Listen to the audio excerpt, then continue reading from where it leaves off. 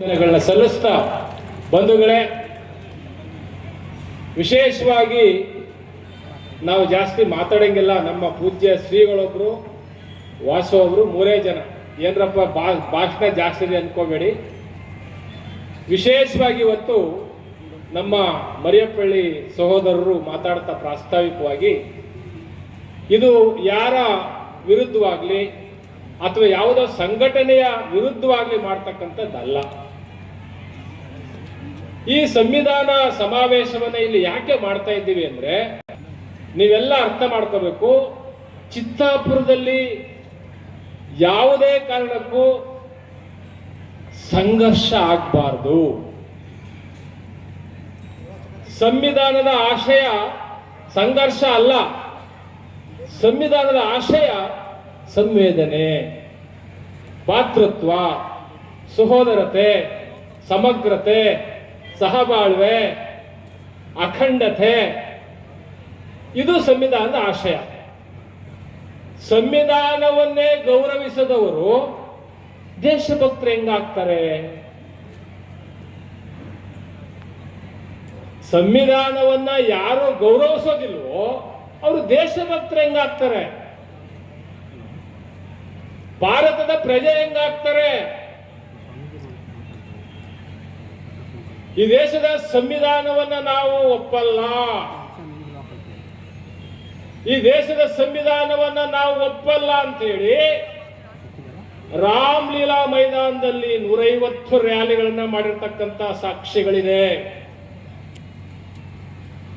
ಈ ಸಂವಿಧಾನ ಮನುವಿನ ಆತ್ಮ ಇಲ್ಲಿಲ್ಲ, ಈ ಸಂವಿಧಾನವನ್ನ ತಿಪ್ಪೆಗೆ ಎಸರಿ ಅಂತಕ್ಕಂಥ ಹೇಳಿದಂಥವರು ಇದ್ದಾರೆ. ಈ ಸಂವಿಧಾನ ಯಾವುದೇ ಕಾರಣಕ್ಕೂ ಜಾರಿ ಆಗಬಾರ್ದು ಅಂತೇಳಿ 26ನೇ ತಾರೀಕು ಏನು 1949 ಅಂಗೀಕಾರ ಅವತ್ತೇನಾಯ್ತು, ಅವತ್ತೇ ಆರ್ಗನೈಸ್ ಪತ್ರಿಕೆ ಒಳಗಡೆ ಬಹಳ ದೊಡ್ಡದಾಗಿ ಬರೆದು ಈ ಸಂವಿಧಾನ ಬಿಲ್ಕುಲ್ ನಾವು ಒಪ್ಪಲ್ಲ. ಸಂವಿಧಾನವನ್ನೇ ಒಪ್ಪದೇ ಇರೋರು ದೇಶಭಕ್ತರು ಹೆಂಗಾಗ್ತಾರ್ರಿ? ನಾವು ದೇಶಭಕ್ತರು ದೇಶಭಕ್ತರು ದೇಶಭಕ್ತರು ಅಂದ್ರೆ ದೇಶದ ಘನತೆ, ದೇಶದ ಏಕತೆ, ದೇಶದ ಸಮಗ್ರತೆ, ದೇಶದ ಅಖಂಡತೆ ಎಲ್ಲಿದೆ? ದೇಶದ ಬಗ್ಗೆ ಮಾತನಾಡುವ ಯಾವ ನೈತಿಕತೆ ಇದೆ? ಸಂವಿಧಾನವನ್ನ, ರಾಷ್ಟ್ರಗೀತೆಯನ್ನ, ರಾಷ್ಟ್ರ ಧ್ವಜವನ್ನ ಅಪಮಾನ ಮಾಡ್ತಕ್ಕಂಥವ್ರು ದೇಶದ ಬಗ್ಗೆ ಮಾತಾಡೋ ಯೋಗ್ಯತೆ ಏನಿದೆ? ನಮಗೆ ಧರ್ಮ ಮುಖ್ಯ ಅಲ್ಲ, ದೇಶ ಮುಖ್ಯ ಅಂತ ಬದುಕಿರ್ತಕ್ಕಂಥವ್ರು ನಾವು. ಧರ್ಮಕ್ಕಿಂತ ದೇಶ ಮುಖ್ಯ. ನಮಗೆ ದೇಶನೇ ಮುಖ್ಯ ಹೊರತು ಧರ್ಮಗಳಲ್ಲ. ಜಾತಿ ಧರ್ಮದ ಬೆಂಕಿಯನ್ನ ಹಚ್ಚಿ ಹಸಿದವರ ಹಕ್ಕುಗಳನ್ನ ಕಸಿತಕ್ಕಂಥದ್ದು, ಜಾತಿ ಮತ ಧರ್ಮದ ಹೆಸರಿನಲ್ಲಿ ಹಸಿದವರ ಹಕ್ಕುಗಳನ್ನ ಕಸಿತಕ್ಕಂಥದ್ದು ಈ ದೇಶಕ್ಕೆ ಮಾಡಿದಂತ ದ್ರೋಹ, ಈ ದೇಶಕ್ಕೆ ಮಾಡಿದಂತ ಅಪಮಾನ. ಜಾತಿ ಧರ್ಮ ದೇವರುಗಳು ಹಸಿದವರ ಹಕ್ಕುಗಳನ್ನ ಕಿತ್ಕೊಳ್ತಾ ಇದ್ರೆ ಉಳ್ಳವರ ಪರವಾಗಿ ದೇಶದ ಸಂಪತ್ತುಗಳನ್ನ ದಾರೆ ಇರತಕ್ಕಂಥವ್ರು ದೇಶದ ಬಗ್ಗೆ ಏನ್ರಿ ಮಾತಾಡ್ಲಿಕ್ಕೆ ಯೋಗ್ಯತೆ ಇದೆ? ದೇಶದ ಬಗ್ಗೆ ಮಾತಾಡೋ ಯೋಗ್ಯತೆ ಏನಿದೆ? ದೇಶಭಕ್ತರು ಯಾರು? ದೇಶಭಕ್ತರು ಯಾರು ಅಂದ್ರೆ ಯಾರು ರಾಷ್ಟ್ರ ಧ್ವಜಕ್ಕೆ ಗೌರವ ಕೊಡ್ತಾರೋ, ಯಾರು ಈ ದೇಶದ ಸಂವಿಧಾನವನ್ನ ಒಪ್ಪಿಕೊಳ್ತಾರೋ, ಯಾರು ಈ ದೇಶದ ಏಕತೆ, ಸಮಗ್ರತೆ, ಅಖಂಡತೆ, ಬಾಧ್ಯತ್ವವನ್ನು ಒಪ್ಪಿಕೊಳ್ತಾರೋ ಅವರು ದೇಶ ಪ್ರೇಮಿಗಳು. ಮಾತೆತ್ತಿದ್ರೆ ದೇಶಭಕ್ತಿ, ಮಾತೆತ್ತಿದ್ರೆ ರಾಷ್ಟ್ರಭಕ್ತಿ. ಎಲ್ಲಿದೆ ರಾಷ್ಟ್ರಭಕ್ತಿ? ಎಲ್ಲಿದೆ ದೇಶಭಕ್ತಿ? ಸಂವಿಧಾನವನ್ನು ಒಪ್ಪಲ್ಲ ಅಂತೇಳಿ ಸಂವಿಧಾನವನ್ನ ಜಂತರ್ ಮಂತರ್ನಲ್ಲಿ ಹರಿದಾಕಿ ಸುಟ್ಟಿರ್ತಕ್ಕಂಥವ್ರು ದೇಶಭಕ್ತರು ಹೆಂಗಾಗ್ಲಿಕ್ಕೆ ಸಾಧ್ಯ ಇದೆ? ಅದಕ್ಕೆ ದಯಮಾಡಿ ಚಿತ್ತಾಪುರದಲ್ಲಿ ಯಾವುದೇ ಸಂಘರ್ಷದ ಕಾರ್ಯಕ್ರಮ ಅಲ್ಲ ಇದು. ಇದು ಸಾಮರಸ್ಯದ ಕಾರ್ಯಕ್ರಮ. ಸರ್ವ ಜನಾಂಗದ ಶಾಂತಿಯ ತೋಟ ಇರ್ತಕ್ಕಂಥದ್ದು ಎಲ್ಲಿ ಅಂದ್ರೆ ಚಿತ್ತಾಪುರದಲ್ಲಿ. ಚಿತ್ತಾಪುರಕ್ಕೆ ಜಾತಿ ಧರ್ಮದ ಬೆಂಕಿ ಹಚ್ಚಲಿಕ್ಕೆ ಯಾವುದೇ ಕಾರಣಕ್ಕೂ ಈ ನನ್ನ ಸಹೋದರರು ಬಿಟ್ಕೊಡೋದಿಲ್ಲ ಅಂತ ನಾನು ಈ ಸಂದರ್ಭದಲ್ಲಿ ಹೇಳಲಿಕ್ಕೆ ಇಷ್ಟಪಡ್ತಾ ಇದ್ದೇನೆ. ಇಲ್ಲಿ ಕೂತಿರೋರು ಜಾತಿ ಧರ್ಮದ ಮತ ಬ್ಯಾಂಕಿನ ರಾಜಕಾರಣಕ್ಕೋಸ್ಕರವಾಗಿ ಏನಾದ್ರೂ ಚಿತ್ತಾಪುರಕ್ಕೆ ಬೆಂಕಿ ಹಚ್ಚೋ ಕೆಲಸ ಮಾಡಿದ್ರೆ ನೀವು ರಾಷ್ಟ್ರದ್ರೋಹಿಗಳು.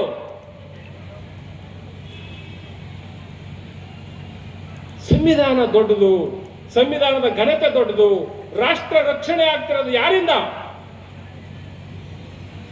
ಈ ದೇಶದ ರಕ್ಷಣೆ ಆಗ್ತಾ ಇರ್ತಕ್ಕಂಥದ್ದು ಯಾವುದೇ ರಾಜಕೀಯ ಪಕ್ಷಗಳಿಂದ ಅಲ್ಲ. ರಾಜಕೀಯ ಪಕ್ಷ ಬರ್ತವೆ ಹೋಗ್ತವೆ. ನಾವೇನ್ ಕೂತಿರೋ ಸ್ವಾಮಿಗಳೇನು ಕಾಂಗ್ರೆಸ್ ಸ್ವಾಮಿಗಳ? ನಾವು ಕಾಂಗ್ರೆಸ್ ಸ್ವಾಮಿಗಳಲ್ಲ, ಬಿಜೆಪಿ ಸ್ವಾಮಿಗಳಲ್ಲ, JDS ಸ್ವಾಮಿಗಳಲ್ಲ, ಸಂವಿಧಾನದ ಸ್ವಾಮಿಗಳು. ಯಾವ ಪಕ್ಷದ ವಕ್ತಾರಲ್ಲ ನಾವು. ರಾಷ್ಟ್ರೀಯ ಪಕ್ಷಗಳು ದೇಶದ ಅಖಂಡತೆಗೆ ಅಪಾಯ ತರ್ತಾ ಇವೆ. ತಮ್ಮ ರಾಜಕೀಯ ಹಿತಾಸಕ್ತಿಗೋಸ್ಕರವಾಗಿ ದೇಶದ ಏಕತೆಯನ್ನ, ದೇಶದ ಸಮಗ್ರತೆಯನ್ನು ಹೊಡಿತಕ್ಕಂಥ ಕೆಲಸವನ್ನ ಪಕ್ಷಗಳೇ ಗಂಡಾಂತರ ದೇಶಕ್ಕೆ. ಅದಕ್ಕೆ ಬಾಬಾ ಸಾಹೇಬ್ ಅಂಬೇಡ್ಕರ್ ಅವರು ಬಹಳ ಸ್ಪಷ್ಟವಾಗಿ ಹೇಳಿದ್ದಾರೆ. ಈ ದೇಶದಲ್ಲಿ ಸಂವಿಧಾನ ಸಭೆಯಲ್ಲಿ ಮಾತಾಡ್ತಾ ಹೇಳ್ತಾರೆ, ಬಹಳ ಎಚ್ಚರಿಕೆಯ ಮಾತುಗಳು ಹೇಳ್ತಾರೆ ಬಾಬಾ ಸಾಹೇಬ್ ಅಂಬೇಡ್ಕರ್ ನವೆಂಬರ್ 26 ಅಲ್ಲಿ. ಅದೇನು ಅಂದ್ರೆ, ನಾವು ಹಲವು ವೈರುಧ್ಯಗಳನ್ನು ಎದುರಿಸಿ ಈ ದೇಶಕ್ಕೆ ಸಂವಿಧಾನವನ್ನ ರಚನೆ ಮಾಡಿ ನಮಗೆ ನಾವೇ ಅಂಗೀಕರಿಸಿ ಅರ್ಪಿಸಿಕೊಳ್ತಾ ಇದ್ದೇವೆ. ವೈರುಧ್ಯಗಳು ಹೇಗೆ? ಜಾತಿ, ಧರ್ಮ, ಮತ, ಪಂಥ, ಭೇದ, ಅಸ್ಪೃಶ್ಯತೆ, ಅಸಮಾನತೆ ಇವೆಲ್ಲವನ್ನು ಒಂದು ಕಡೆ ಇರಿಸಿ ನಾವೆಲ್ಲರೂ ಸ್ವಾತಂತ್ರ್ಯ ಪಡ್ಕೊಂಡು ಸಂವಿಧಾನವನ್ನು ಒಪ್ಕೊಳ್ತಾ ಇದ್ದೇವೆ. ನೀವೇನಾದ್ರೂ ಈ ಸಂವಿಧಾನ 10 ವರ್ಷಗಳಲ್ಲಿ ಸಮರ್ಪಕವಾಗಿ ಸಾಮಾಜಿಕ ಮತ್ತು ಆರ್ಥಿಕ ಸಮಾನತೆಯನ್ನು ಕೊಟ್ಟಿಲ್ಲ ಅಂದ್ರೆ ರೊಚ್ಚಿಗೆದ್ದ ಜನ ಈ ಪ್ರಜಾಪ್ರಭುತ್ವವನ್ನು ಧ್ವಂಸ ಮಾಡ್ತಾರೆ ಅಂತ ಎಚ್ಚರಿಕೆ ಮಾತು ಹೇಳಿದ್ದಾರೆ ಬಾಬಾ ಸಾಹೇಬರು. ನಿಮ್ಗೇನ್ ಕೆಲಸ ಇಲ್ಲಿ?